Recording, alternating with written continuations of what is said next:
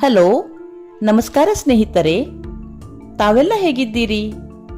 ತಾವೆಲ್ಲರೂ ಉತ್ತಮ ಆರೋಗ್ಯವನ್ನು ಹೊಂದಿರಿ ಎಂದು ಹಾರೈಸುತ್ತಾ ತಮ್ಮೆಲ್ಲರನ್ನು ನನ್ನ ಚೂಡಾಮಣಿ ಟ್ರಾವೆಲ್ ಲಾಗ್ಸ್ ಎನ್ನುವ ಯೂಟ್ಯೂಬ್ ಚಾನೆಲ್ಗೆ ಆತ್ಮೀಯವಾಗಿ ಸ್ವಾಗತಿಸುತ್ತೇನೆ.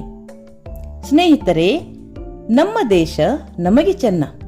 ನಮ್ಮ ದೇಶದಲ್ಲಿಯೇ ಎಷ್ಟೊಂದು ಸ್ಥಳಗಳಿವೆ.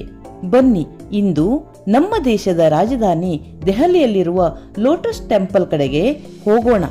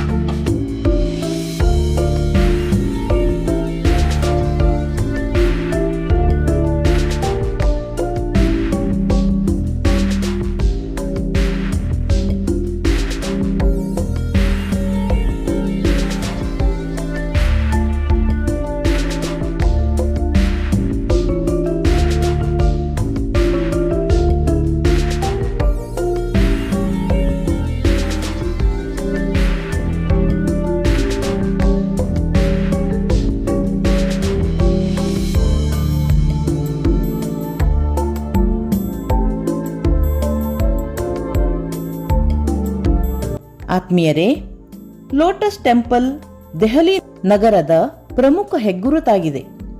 ಬಹಾಯಿ ಪಂಥದ ಈ ಪೂಜಾ ಸ್ಥಳವನ್ನು ಅಕ್ಷರಶಃ ದೊಡ್ಡದಾದ ಬಿಳಿ ಕಮಲದ ಹೂವಿನ ಆಕಾರದಲ್ಲಿ ನಿರ್ಮಿಸಲಾಗಿದೆ. ಸ್ವತಃ ಒಂದು ವಾಸ್ತುಶಿಲ್ಪದ ಸಾಧನೆ. ಈ ಸುಂದರ ದೇವಾಲಯವು ಎಲ್ಲ ಧರ್ಮಗಳ ಜನರಿಂದ ತುಂಬಿರುತ್ತದೆ. ಇದು ಬಹಾಯಿ ಕಾನೂನುಗಳಿಂದ ಉತ್ತೇಜಿಸಲ್ಪಟ್ಟ ಮುಕ್ತತೆ ಮತ್ತು ಸಮಾನತೆಗೆ ಜೀವಂತ ಉದಾಹರಣೆಯಾಗಿದೆ.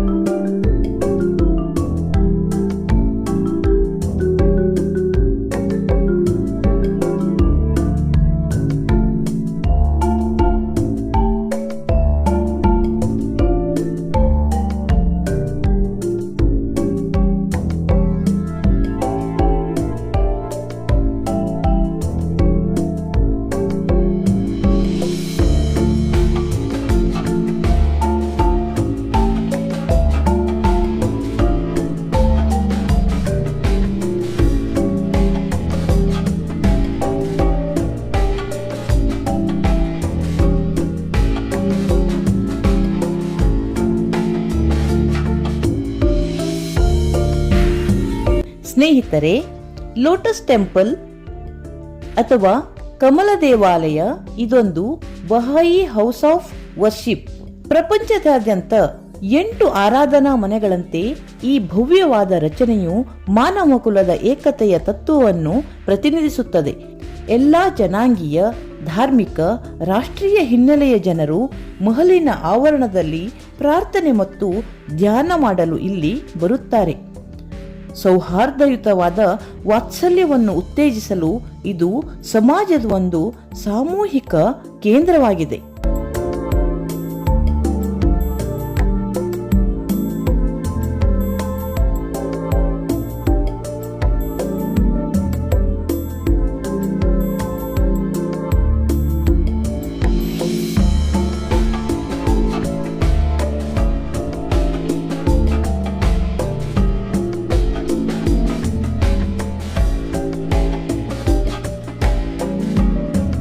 ಸ್ನೇಹಿತರೆ, 1986ರಿಂದ ಸಾರ್ವಜನಿಕ ಆರಾಧನೆಗೆ ಈ ಬಹಾಯಿ ಆರಾಧನಾ ಮಂದಿರ ಮೀಸಲಾಗಿದೆ. ಕಮಲದ ಹೂವಿನ ಆಕಾರದಲ್ಲಿರುವ ಕಾರಣ ಇದನ್ನು ಲೋಟಸ್ ಟೆಂಪಲ್ ಅಥವಾ ಕಮಲ ದೇವಾಲಯ ಎಂದು ಕರೆಯುತ್ತಾರೆ. ಉಪಾಸನೆಗೆ ಅಥವಾ ಧ್ಯಾನಕ್ಕೆ ಹೆಸರಾದ ಈ ದೇವಾಲಯ ದೆಹಲಿಯ ಒಂದು ಪ್ರಮುಖ ಆಕರ್ಷಣೆ ಎನ್ನಬಹುದು. ಈ ದೇವಾಲಯಕ್ಕೆ ವಾಸ್ತುಶಿಲ್ಪಕ್ಕೆ ಸಂಬಂಧಿಸಿದ ಪ್ರಶಸ್ತಿಗಳು ದೊರಕಿವೆ. ನೂರಾರು ದೈನಿಕ ಮತ್ತು ಪತ್ರಿಕಾ ಲೇಖನಗಳಲ್ಲಿ ಈ ದೇವಾಲಯವನ್ನು ಉಲ್ಲೇಖಿಸಿ ವರ್ಣಿಸಲಾಗಿದೆ. ಬೇರೆ ಯಾವುದೇ ಧರ್ಮ ಅಥವಾ ಇತರೆ ವ್ಯತ್ಯಾಸವನ್ನು ತೋರದೆ ಈ ಕಮಲ ದೇವಾಲಯದಲ್ಲಿ ಎಲ್ಲರಿಗೂ ಮುಕ್ತವಾಗಿ ತೆರೆಯಲ್ಪಟ್ಟಿದೆ. ಇಲ್ಲಿ ಎಲ್ಲ ಧರ್ಮಗಳ ಜನತೆಯು ಪರಮಾತ್ಮನನ್ನು ಹೆಸರು, ಜಾತಿ, ಮತ, ಪಂಗಡ, ಬಿರುದು ಹಾಗೂ ಕಟ್ಟುಪಾಡುಗಳಿಲ್ಲದೆ ಪೂಜಿಸಬಹುದಾದ ಒಂದು ಸ್ಥಳ ಈ ಆರಾಧನಾ ಕಟ್ಟಡದ್ದಾಗಿರಬೇಕು ಎಂದು ಬಹಾಯಿ ಧರ್ಮದ ಕಾನೂನು ನಿರೂಪಿಸುತ್ತದೆ. ಬಹಾಯಿ ಧರ್ಮ ಹಾಗೂ ಇತರೆ ದೇವರ ಬೇರೆ ಧರ್ಮಗಳ ಪವಿತ್ರ ಸನಾತನ ಧರ್ಮಗ್ರಂಥಗಳನ್ನು ಮಾತ್ರ ಒಳಗಡೆ ಯಾವುದೇ ಭಾಷೆಯಲ್ಲಿ ಓದಬಹುದು ಅಥವಾ ಮಂತ್ರವನ್ನು ಪಠಿಸಬಹುದು. ಆದರೆ ಯಾವುದೇ ಸಂಗೀತ ವಾದ್ಯಗಳನ್ನು ಬಾರಿಸುವುದಾಗಲಿ ಅಥವಾ ನುಡಿಸುವಂತಿಲ್ಲ. ಯಾವುದೇ ಧರ್ಮ ಪ್ರವಚನಗಳನ್ನು ಮಾಡುವಂತಿಲ್ಲ. ಮತ್ಯಾವುದೇ ಧಾರ್ಮಿಕ ಕ್ರಿಯೆಗಳು, ಆಚಾರ, ವಿಧಿವಿಧಾನಗಳ ಬಳಕೆ ಮಾಡುವಂತಿಲ್ಲ. ಧಾರ್ಮಿಕ ಪದ್ಧತಿಯ ಕಾರ್ಯಕಟ್ಟಲೆಗಳನ್ನು, ಸಮಾರಂಭವನ್ನು ಆಚರಿಸುವಂತಿಲ್ಲ.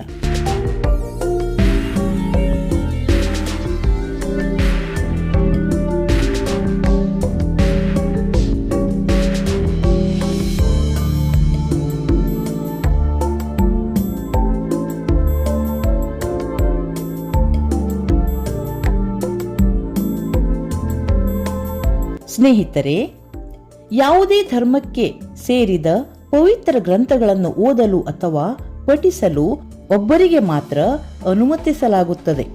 ಇಲ್ಲಿ ಸುಮಾರು 2500 ಜನರು ಒಟ್ಟಿಗೆ ಕುಳಿತು ಪ್ರಾರ್ಥನೆ ಮಾಡಬಹುದಾಗಿದೆ.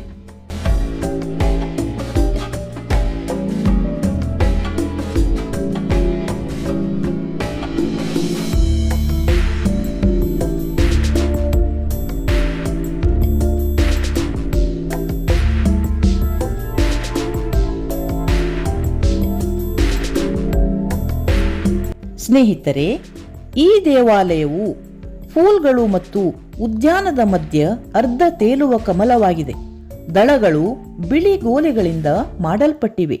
ದಳಗಳನ್ನು ಗ್ರೀಸ್ನ ಮೌಂಟ್ ಪೆಂಟಿಟಿಕಾನ್ ಗಣಿಗಳಿಂದ ಹೊರತೆಗೆಯಲಾದ ಬಿಳಿ ಅಮೃತಶಿಲೆಯೊಂದಿಗೆ ವಿಶೇಷ ಕಾಂಕ್ರೀಟ್ ಹೊದಿಕೆಯಿಂದ ತಯಾರಿಸಲಾಗಿದೆ. ಇದು ಏಷ್ಯಾದ ಏಕೈಕ ಬಹಾಯಿ ದೇವಾಲಯವಾಗಿದೆ. ಲೋಟಸ್ ಟೆಂಪಲ್ ಇಂದು 20ನೇ ಶತಮಾನದ ಮೇರುಕೃತಿಗಳಲ್ಲಿ ಒಂದಾಗಿದೆ ಮತ್ತು ಅಂತಾರಾಷ್ಟ್ರೀಯ ಪ್ರತಿಷ್ಠಿತ ಪ್ರಶಸ್ತಿಗಳನ್ನು ಗೆದ್ದಿದೆ ಎನ್ನಬಹುದು.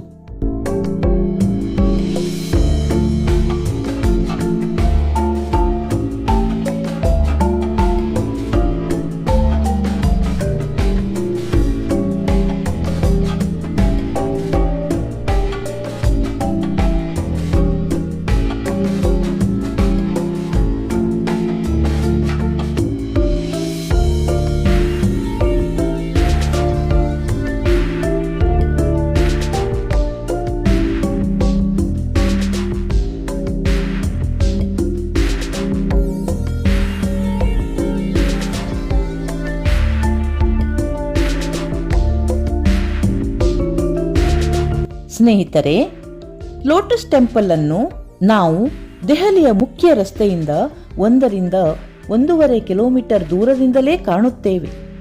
ಪ್ರಶಾಂತ ಸ್ಥಳದಲ್ಲಿ ಇರುವ ಈ ಪ್ರಾರ್ಥನಾ ಮಂದಿರ ಅತಿ ಸುಂದರವಾಗಿದೆ. ದೇವಾಲಯದ ಹೊರಗಡೆ ಎಷ್ಟು ಬೇಕಾದರೂ ಫೋಟೋಗಳನ್ನು ತೆಗೆಯಬಹುದು.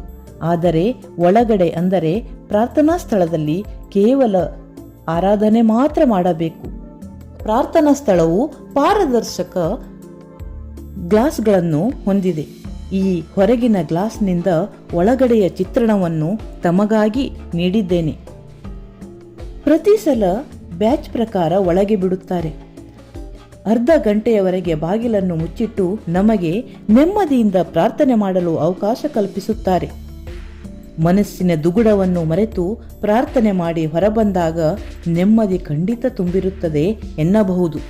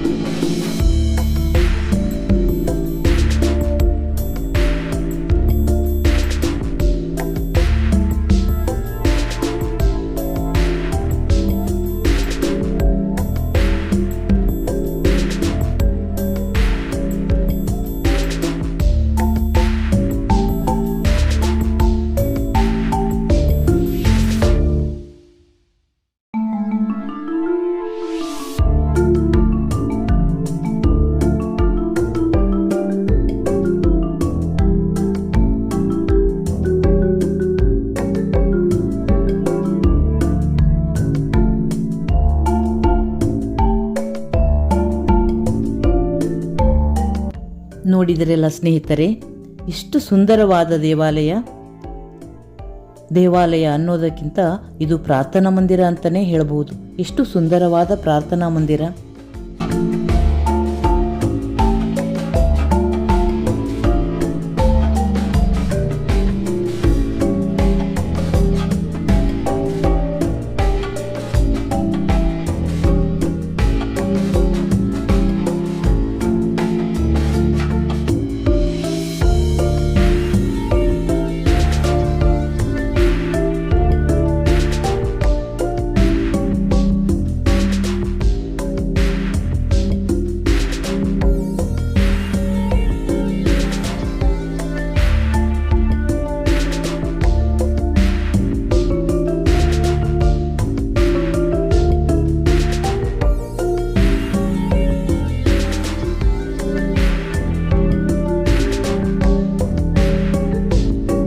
ಸ್ನೇಹಿತರೆ, ತಮಗೆಲ್ಲ ಈ ವಿಡಿಯೋ ಇಷ್ಟವಾಗಿದ್ದಲ್ಲಿ ದಯವಿಟ್ಟು ಒಂದು ಲೈಕ್ ಕೊಡಿ.